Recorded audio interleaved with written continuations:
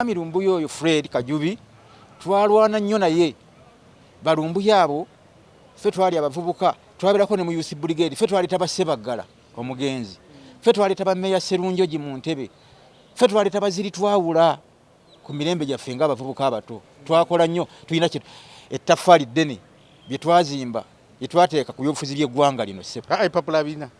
kyekikuloza nti abina kwe kugenda n'ava wano n'akomawo ate n'ayogera n'olunaku lwanaddayo n'addayo kitegeeza omuntu atalina mpapa tasobola kutambula kuva mu ggwanga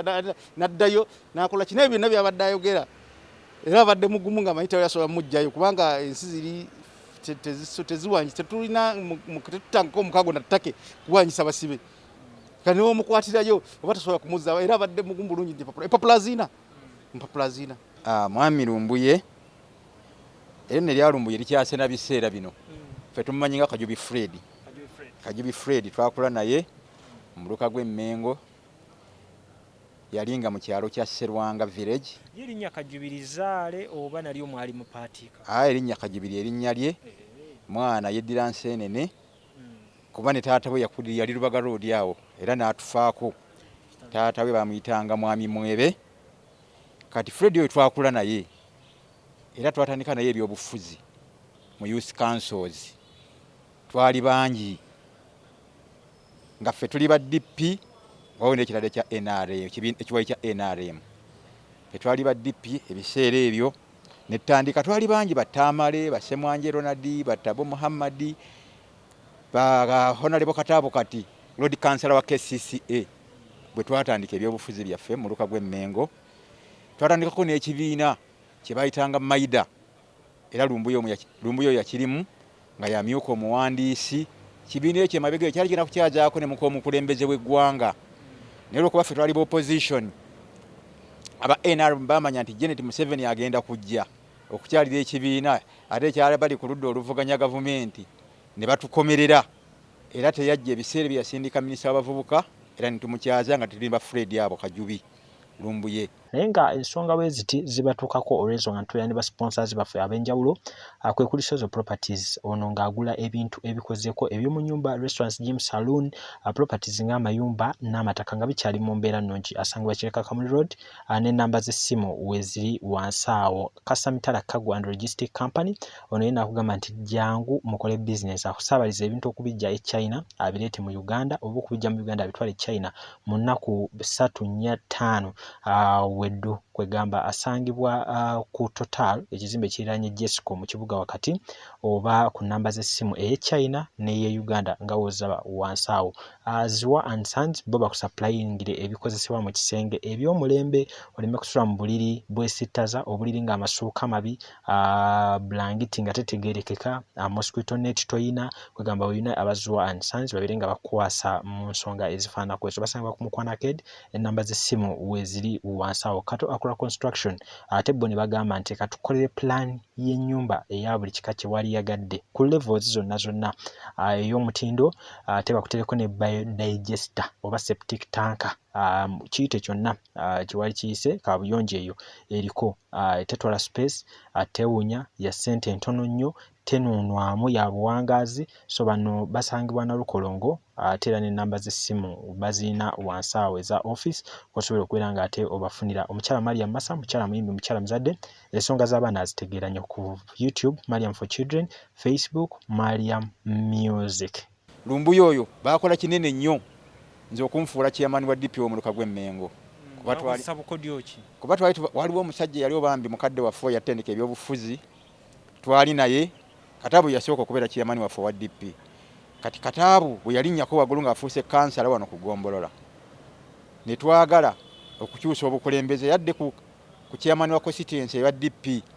kati waliwo omwami yali vice we bambi n'okufa yafa bamitanga Mwami Saalongo Sserubiri kadde waffe Mukama amuwummuze mirembe nga naye ekifo akikola ki akyegwanyiza twagenda mu kalulu kaali kakaasa mmeeme era Balumbuye abambeerirawo nnyo ne Ssebwato yali akola ku Bukedde TV by the way bwe twakula erinnya lyange nze Mukasa Charles Mulindwa nga ndi saawa eno ndi ssentebe wero C1 ow'ekyalo Budonian mu luka gw'Emmengo era ebisanja nga 3 nze mbadde chairman wa Democratic Party mu Mengo Parish. Erinnya lya Lumbuye alifunidde eyo take naye talifunidde wano. Erinnya litwasinga okumanya nga tukula twamanyanga Kabuye yali nga ayitibwa Kajubi Fred. Era twakula ffenna ng'abaana abato era ne tuvubuka nga taata we yali mwami Mwebe ne maama we nga bamuyita Nansubuga. Awo mu Mengo Parish mu kyalo kye bayita Serwanga Village. Era we yakulira bwe twavubuka n'agenda n'akola catering n'atandika okukola ebya catering. Naye nga omuvubuka bw'ayiiya nga yafuna kasente yagenda India n'asoma mawulire n'akola n'atandika okukola ku mawulire. Naye eno emabegako gye mbadde sibagambye nga tukyali eno wansi twali basajja abavubuka abato abayingira ekibiina kya DP era ne tusomesebwa UID. Abavubuka abato aba bava e Makerere bajjanga ne batusanga ffena abantu abataatuka Makerere ne batusanga eno mu byalo byaffe ne batandika otusomesa obukulembeze kyeki. Awo Lumbuye we yakuukira okubeera munnabyabufuzi ne tubeera bannabyabufuzi ab'omu DP Democratic Party era ne tuweereza ne tusavinga. Yasooka n'asavinga ku kyalo kye nga ekyalo kya Serwanga nga ye Sekuitale ng'atenze mu Lubaga Road A nga nze chairman. Ne tugenda ku Muluka najja ku Muluka n'afuuka Sekuitale wa DP atenze n'enfuuka organizing Sekuitale wa DP. Bwe tutambula paka bwe yagenda ebweru. Era mbadde ndudde nga simuuliza era nga simanyi na kikyaliko. Naye mu biseera eby'embagakaawo nga mpulira Lumbuye akutta akati nange nenyigezaako nensakinga ku Lumbuye okumulaba. Ngeno mulaba nga nti ono si Lumbuye, ono Kajubi Fred gwe twawangalanga naye mu Serwanga ate nga ne bazadde be tumanyi awo baafa nga tubamanyi bulungi. Ono gwe twawangalanga naye era twabeera naye ebbanga ddene. Lumbuye oyo yali musajja ayeewaayo nga bw'agamba okusalawo okukola ekintu akikola n'omutima n'omutima gumu. N'olwekyo kye namwagalangako nti yeewangayo n'akola ekintu ekyo kyayagala n'omutima gumu. Erinnya nze Ssaalongoose Mwanje Ronald ate kansala w'ekitundu ky'e Mengo we twakulira ne mukulu Kajubi Fred. Manye ebyobufuzi Mzee Museveni atera okubyogera nti temuli mazima naye byamazima. Ffe ng'abavubuka naddala abali mu UID eyo tuzze twogera ebintu naye nga byamazima si kuwaayiriza. Omanye gavumenti eno ekuumidde nnyo abantu mu kizikiza kubanga yo buli kaseera erimba bulimbi yebeera mu byakulimba. Kati kyova olaba bw'ovaayo n'oyogera amazima ekulabanga mulabe waayo. Olw'okuba twannyonnyola abantu amazima y'ensonga lwaki twawangula ebifo bingi kubanga bamaze okusiba Sebaggala twalwana nnyo okuleeta Sebaana fuuka omugenzi Sebaana fuuka mmeeya w'e Kampala. Sebaana n'abeerawo netambula ne musajja mukulu ate musajja mukulu yali akola byamazima. Sebaana bye yakola mu kibuga muno ndowooza n'okulabikako bikola ki birabikako ebiva ku bukulembeze obw'okubuzaabuza abantu n'okulimba mu ntaka ababuka byakola bukozi. Muhammad Nsereko twamuwulidde ku social media okwo ng'agamba Lumbuye akwatibwe akomererwe biki era ye singa amulabako kati ne twebuuza Muhammad Nsereko ate gwe obusungu obujjawa ku Lumbuye. Ate nga nyina line bwe nalabye nga Lumbuye agamba ne Muhammad Nsereko yamuyamba ku lubereberye ng'ajja mu Kampala. Baakola nnyo abo boolaba abo oba Muhammad Nsereko olubereberye yasooka n'abuzaabuza abantu nga kati era bwazaabuzaabuza. Muhammad Nsereko oyo tategeerekeka bw'omusango oyinza okulowooza opposition ebintu byayogera birala n'ebikolwa biki birala era akyabuzaabuza nnyo bannakampala naye ffe abasinga baaba twamubuuse Muhammad Nsereko. Omusajja muzibu nnyo mu byobufuzi amanyi okulimba mu ssaawa entuufu. Muhammad Nsereko era kumanya nze alina n'omukisa ndowooza munene nnyo wano kati kino ekisanja ndowooza kya kusatu naye Muhammad Nsereko gwali omulabyeko ng'adda mu balonzi. Lwaki bamuwa ekisanja ekyo ne bamuwa ekyokubiri ne bamuwa ekyo? Ayina engeri gy'ajjanga essaawa y'akalulu etuuse n'akuŋŋaanya obusente n'atandika okubuzaabuza abavubuka. Kati bw'ojja n'essaawa eyo abantu balowooza gwe bwaki ate mu ssaawa eyo akalulu kaweddeyo ajja n'ayogera ku biruma abantu ku ssaawa eyo naye kati tolimuwulirako. Tulabye abantu abaka ba palamenti bakoze ebintu ebyenjawulo n'abapya abakajja ba Muhammad Segirinya balaba baguze ambulance bazimbye amalwaliro bagaba obuwunga naye Nsereko wali omulabyeko tasobola kujja. Ekikulu kye nalaba mu Kajubi yali musajja musirise naye nga ate mukambwe nga bw'omunyiiza aba mukambwe gy'oli naye nga yakula nga musirise tetwakula nga abaana abalala abakulira mu Kisenyi. Twakula nga ate ffe tuli baana ab'empisa era abaana omuzadde gwe yenyumirizaamu nti ono mutabani wange. Era twakulira mu Mengo Parish awo abamu bayayuka abamu banuusa mafuta abamu bagwadde eddalu abamu bali babbi abamu babasse neffe twakula mu baana abeegombesa era kyovula twavaayo ate twalina menta waffe bamuyitanga Kiregga Musisi. Omusajja yali muna DP yakoleranga mu Kampala State Council eyo yakoleranga mu Kampala State Council Kiregga Musisi oyo yatukwatako nnyo era yatuyingiza DP natubeera nga tuza mu nkiiko n'aletanga banne abajja bantale waliwo omugenzi ntale obujja okutusomesa nga bava Makerere eyo leeta Kataabu ne bajja ba John Mero Sebuufu botyo tutandika okuba nga tutambula mu mbeera eyo. Twaliwo Honorable Ow'Emakindi ono yavaako oyo Hernando Bani erinnya ligenze yali nnyo Mabike Honorable Mabike awo baali basomesa baffe okutendeka mu byobufuzi naye nga ye kye nali mumanyiko bukambwe musirise naye nga mukambwe. Mu Kisenyi omwo yali abeera waabwe oba nga apangisa bupangisa? Yasooka n'abeera ewaabwe mu Kisenyi era kubanga kati bwe yali abeera wa taata awo bwe yataata we ne maama we bwe yamala okukula ng'asobya catering n'avaawo naye n'afuna omuzigo gwe waggulu ali wabeera wansi n'afuna omuzigo waggulu n'atandika okuba nga yeetongodde kale katono nnyo tubuulire era ku nsonga y'emu eyo omusajja ono enkolagana ye ne Muhammad Nsereko yali etya mu biseera byebyo ng'omuvubuka wa DP? Muhammad Nsereko twamuwagira olw'ensonga yatwala ekiseera twamuwagirirako naye nga tetwali nga nti no twali nnyo nga tubeera nnyo ku lusegere naye olw'ebigambo manyi Muhammad Nsereko alina ebigambo byakola ki byayogera ebikwata ku muntu wa bulijjo n'olwekyo kyaka kyamutwala omutima n'okulaba ng'akola ki naye si ku mulundi guno tamuwagira kubanga kulaba nga Muhammad Nsereko oluusi ava ku mulamwa naffe ne tukola ki ne tumugamba nti ono gyatwali tulabayo bulungi ne tumwesonyiwa naye nga ku mulundi guli we yajja nga tulaba nga ali ku mulamwa naye kati yagenda avaako ayinza okuba ku mulundi gumuli ne ku mulundi guno abadde nga tamuwagira. Naye bwe mpulidde ku sitole za Lumbuye gavumenti emwetaaga Lumbuye yali badde gavumenti ekola ku ebyo Lumbuye byayogerako kubanga ensonga Lumbuye zayogeddeko zonna wano mu Uganda weeziri. Abakungu ba gavumenti babbye ssente ne pulezidenti akimanyi. Leka tuwulire ennaku y'amaanyi Lumbuye okukyava mu ggwanga n'agenda e Bulaaya. Lumbuye ffe tubadde abaakula naye tetumulaba nga w'amaanyi naye okusinziira kati ku biri mu nsi gavumenti efudde Lumbuye ow'omutawaana ate ne Lumbuye oyo gw'olaba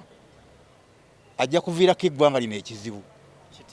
kubanga wakati owulira ng'omukulembeze kati ng'omubaka wa palamenti owa Kampala twawulidde ng'ayogera ebigambo bingi nnyo ku Lumbuye naye gwayogera nako nga takola ki tamumanyi naye nga gavumenti eno bambi era etuyambye nnyo bambi gavumenti eno okutumula abantu abadde wansi n'ebambusa kati olaba ensi yonna eyogera ku Lumbuye weewaawe bibinza okubaawo byakoze naye omuntu bw'aba akoze ekibi Lumbuye bwabanga ekituufu bamuyina bano aba gavumenti kubanga batidde otulimbalimba bamukwate bamutwale mu mbuga z'amateeka akole ki avunaanibwe kuba toyinza kusalira muntu musango nga takoze eki nga teyeewozezzaako. Tusaba baba bamuyina bamulage abafamire ye naffe mikwano gye twagala okumulabako muganda waffe gwe twakula naye si kumukuumira eyo era baba muleese bamutwale mu kooti avunaanibwe asobole okwewozaako. Manyi toyinza kusalira muntu musango takoze eki nga teyeewozezzaako. obubaka buno mbusindika eri gavumenti n'abatukulembera nti omuntu yenna bw'aba alinako kyayogedde basooke bakinoonyerezeeko bwe baba nga balaba kirimu ensobi oba balina ensobi gye bakola batereeze. Abantu bano bavaayo okwogera ebigambo ebyo bwa bulumi bwa Uganda na Uganda kiki egenda okubeera nga ffe tuvuddewo naye tebaliiwo lwakuba kutabangula butabanguzi teri atayagala mirembe. Kyova olaba nti President Museveni bwe yajja wano twali baana batono naye twalaba bakadde baffe baasanyuka nnyo ne babagulira n'emmere ne bakola ki kubanga balaba omunuuzi aleese emirembe. Naye bwe tulaba nga naffe tukuze ate ne tulaba nga waliwo embeera etali nnungi tulina okujoogerako. Either kyenda pa gavumenti kutereeza etereeze ensonga eno okulaba nga eterera bulungi mpozi n'okusaba buli omu asobola okuyamba Kajubi Fred. Nsaba amuyambe asobola okuva mu mbeera eno gy'alimu kubanga mwana munnayuganda ate ayagaliza Uganda. Kusaba kwange mukwagaliza Uganda ebagambira nti mulimu byayogera nga bisiga obukyayi. Mukwagaliza Uganda waliwo bagamba nti bisiga obukyayi anti bisiga obukyayi kwoyo atabyagala. Waliwo batayagaliza ggwanga lyaffe Uganda. Kati oba bulira omuntu ayagaliza eggwanga Uganda ng'ayogera kulabirako n'abatayagaliza Buganda. Bw'oyogera ku Buganda ekirungi ng'oli agamba abo basosoze bakola ki kubanga tayagaliza. Kati ne bana omuntu atayagaliza Uganda buli ayogera ku kigambo ekiza Uganda awamu n'okutereera agamba nti asosola aba ayogedde bubi. Obudde Abannayuganda bwe bawadde Lumbuye Sembayo na kino olowooza kyekyo kibadde kisaanidde Lumbuye w'amaanyi okutuuka ku kino ekyokuba nti buli Munnayuganda w'oyita akubuuza Lumbuye aliwa ali mu Uganda aliriddawa kwega abantu bamuwadde nnyo obudde. Ekyo abantu bamuwadde obudde lwa nsonga Bannayuganda tusse ku ssayiriringa ery'Abamerika nti Omumerika omu bw'afa Abamerika tebafuna mirembe. Kati ne wano ogwo mutima ogwo ogubeererawo bannaffe tulina okubeera nagwo. Kati Bannayuganda balaze solidarity ku Lumbuye okubeererawo bannaabwe ekyo kintu kirungi era tuyige Bannayuganda tuyige okubeererawo bannaffe mu bulubi ne mu bulungi. Gwe okusinziira ku vidiyo z'enkiwo obadde oziraba ezibadde ku Facebook. Mbadde nziraba nga munywanyi wange mbadde sinza butamugoberera mbadde nziraba. Olowooza abadde azikola mu bwenkanya obukugu bw'alina mu mawulire? Omanyi oyinza okuba n'obukugu naye ate bw'oyagala ennyo oyinza okuyisaawo. Kituufu abadde mukugu naye oyinza okuba oba yayisizaawo kaakatono naye era ebisinga obungi byayogedde. Abantu abamugoberera balabanga bye bituufu. Abamugoberera singa yali ayogera bya bulimba toyinza kulimba bantu bangeri yonna buli kanaku ne weyongera kufuna abagoberezi ate ko byabadde ayogera ndoweza bimu badde bituufu. Maybe ng'omuntu bw'abeera asobola okuva ku line naye ebintu ebisinga obungi Lumbuye bwe yatuuka ku ky'omukulembeze gw'eggwanga era yakyogerako yagamba si yamubika era yagamba ensonga eyo sigimanyi naye nga ginoonyerezaako. Bw'otunuulira mu gundi ze zonna yagamba ensonga y'okuwika president njagikola ki njaginoonyerezaako naye yo mbadde sinagikola ki sinagyetegereza naye ebisinga obungi yabadde ajja ng'ayogerako. Kati wajja n'agamba n'ayogera ku by'ettaka. Eby'ettaka namwe bimanyi bulungi kati nga omusajja Omuganda omusajja akkiriza Ssaabasajja Kabaka sisobola nange embeera sisobola butamuwagira ng'ayogedde ku nsonga ezikwatagana ne mayiro. Ffe ekitufuula Abaganda ly'ettaka lyaffe erya mayiro oba ettaka era Ssaabataka bwe yajja wano yajja nga Ssaabataka n'atikkirwa n'afuuka kabaka w'Abaganda. Kitegeeza ffe ettaka kyekintu ekyaffe ekyennono ekitukwatako ng'Abaganda era ekitufuula Abaganda. Naye Mwankole balina ekibafuula Abankole banga balina ente. Waliyo n'Obunyolo Obwakyabazinga gye buli mu Busoga nabo balina ekibafuula era kibagamba ekyennono kye butabukwatirako. Naye ffe okwata ku ttaka era omwana Omuganda alina okuvaayo. Bitaba nk'omusajja muwayiza nga bwe mbagambye nti ffe twasomesebwa abavubuka abaava mu Makerere aba UID baatusomesanga kwagala ggwanga lyaffe era tebatusomesanga obutalya nguzi mwe muli balukwago baluulu ovulo. N'olwekyo olaba Meeya Lukwago ng'alemera ku luulu ovulo yava Makerere ne bagituleetera naffe abaali eno wansi ne bagitusomesa era tulina omutima ogwo gwagala eggwanga lyaffe ogwo twakuliramu ne Kajubi gwe yakuliramu ayogera ebintu ebyo tabyogera lwakuba tayagala Uganda abyogera lwakulumirwa Uganda ebadde bwetya amawanga mangi gakulaakulanye twagamba ffe twaliberatinga Rwanda nga bannayuganda naye kati Rwanda emisinde gyeddukirako gy'amaanyi nnyo okusinga ate ffe gye tukola ki kwe tutambulira n'olwekyo nsuubira nti gavumenti eno yali badde ekola checks and balance Kajubi takiina tayongera mu bigambo ate erinnya lya chemical yalijja wanga nawidde nayo lijjira mu kifaananyi ekyo chemical ali abagoberezi be bali mutuuma abagoberezi bwe balaba kati omusajja oli yabanga n'ebigambo bingi kale abagoberera Lumbuye ne batandika namutayako eryani erya chemical ali naye nga chemical ali in actual sense simu tasiiga takola chemical mbu asiiga chemical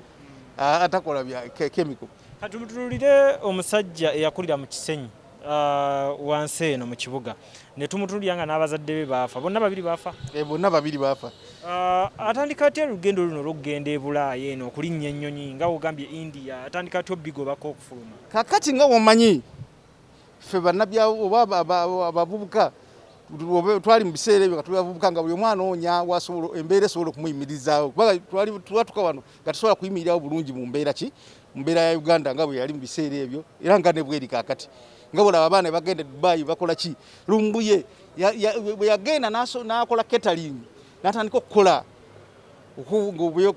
catering n'afunayo obusente yafuna obusente n'aga kati nkoze ntya nina okwongerako n'aluka agenda e India bwe yava e India yagenda yafuna ndowooza skara n'asoma amawulire bwe yasoma amawulire bwe yavaayo n'agamba ndowooza sidda Uganda kangere mbikolera ettake kugenda ettake n'abeera ettake yali yakomewoko muno najja n'atulabako naye n'akola ki n'addayo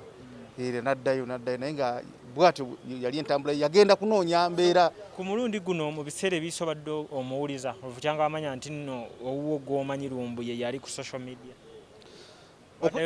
okujjako okufollowinga gundi ze programu ze mbadde njaza followinga programu ze zabadde ayogerako nga ngenda nzibuliriza naye nga okuwuliziganya nti twogeraganye ku simu nti twogeraganya bwetti twaki tutwogeraganya gwolinayo omulimu omulala gw'omanyi Lumbuye gwe yali akola ng'oggyeko ogw'okufumba ogwabaganya yasoma ebyamawulire gwe ki ekirala kyewali omanyi kyakola Lumbuye yali talina nnyo era musajja yali wakweyiya naye social media eno ye mufudde owaki ow'amaanyi netukubira gavumenti omulanga etuyambe buyambi Lumbuye tumwetaaga bw'aba alina omusango atwale mu kkooti akole ki avunaanibwe bwe basiye muyina era nga si mukwate kuba bambi Lumbuye alina abagoberezi bangi nnyo era bali eyo bakaba maziga bwe basiye mulina tusaba abakulembeze abali ku ludda oluvuganya gavumenti kuba bino byafuuse bya bufuzi